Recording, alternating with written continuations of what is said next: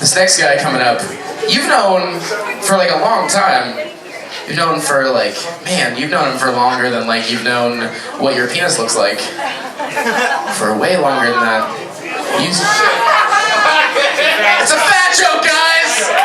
It's a fat joke. Is anybody keeping count? That's like 400.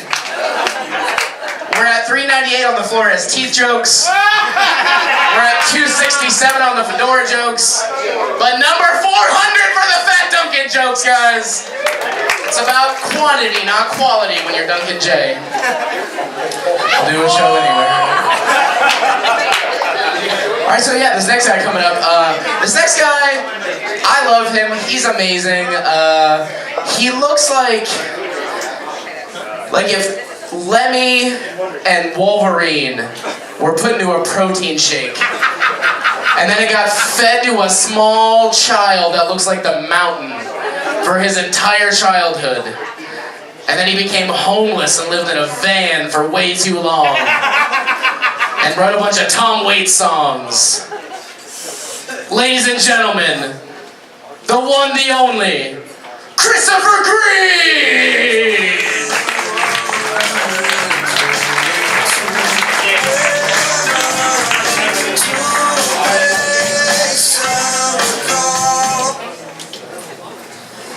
Hello, everybody. Happy birthday, Duncan. For those of you who keep saying that you don't know who I am, I'm Chris Green. Nice to meet you. Something interesting happened to me when I went to the bathroom, as it always does here at open mics. But Travis Allen said I looked good, and then he said he wanted to fuck me. Which I really needed that boost. Because something really weird happened to me today when I was getting ready for the show that it kind of got my feelings upset.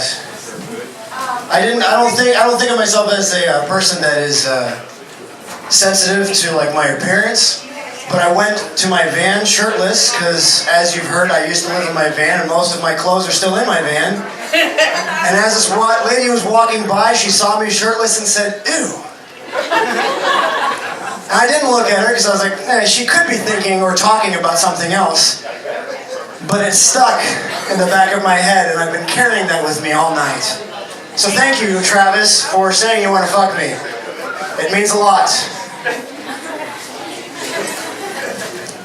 Duncan. I have known Duncan for a while. For those of you, since you don't know who I am, I'm going to give you a little bit of insight on me first, so that way this makes sense. When I was 18, I wanted to do stand-up comedy so bad. And I had the opportunity to do stand-up at this club, because this lady was looking for comics, and this bouncer, who said that I was the funniest person he knew, he doesn't get around, he introduced me. And when I was there, I saw that it was a primarily black audience, and I thought my humor wouldn't translate. So out of fear, I said no. And it was one of my biggest discouragements of my past, because I could have been doing stand-up since I was 18. So by the time I met Duncan, I was probably 28. I was frustrated. I'd been doing comedy at least 2 years. And he was fresh on the DUI list. And so I became his chauffeur. And I drove him everywhere. And I do mean everywhere. And being that I was so sensitive to comedy and wanting to be a good performer, I listened to all of his stories. All of them. I thought I'd learn something. Instead, I got to hear about how he met Jack Nicholson in a grocery line. I got to hear about how he crashed a party and met Alec Baldwin. I got to hear how Amy Schumer handed him flyers back and said, "This isn't for me." True story. And I gotta say, listening to all these stories, it's changed my life.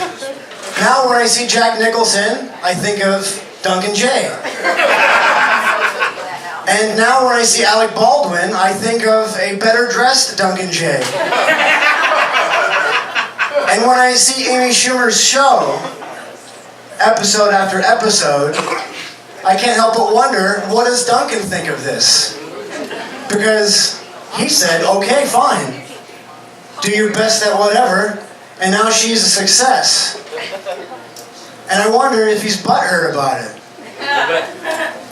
And I often wonder if he feels like a failure. Not till now. And as I look through the room and see a sea of failures, I can't help but wonder how you guys feel. And the thing is, I know a thing or two about failures because every day I look in the mirror, so I know what failure looks like. The last time I tried to do something with my life, I failed. I ended up living in a van. That was by choice, though. And I learned a thing or two about failures. The word failure, I redefined the word failure. Because if you fail at something, that means you attempt to do something. That means you're a risk taker. If you go and you fail, you try. So for anybody who actually goes out and fails, you're doing something that the other people aren't doing. And no one has quite failed like Duncan. So Duncan, to all of your success, I know it's coming. Because with all the failures, you've had to have learned something. So a word to the wise, I'm giving you that benefit of the doubt. But get ready to ride on Duncan's coattails until your asshole bleeds. Because he's going to go places eventually, right? Don't clean those pants, they're white. They're always going to be dirty. Duncan, I love you. I hope you have a wonderful birthday. Thank you. And I'll see you in a couple weeks for your next roast.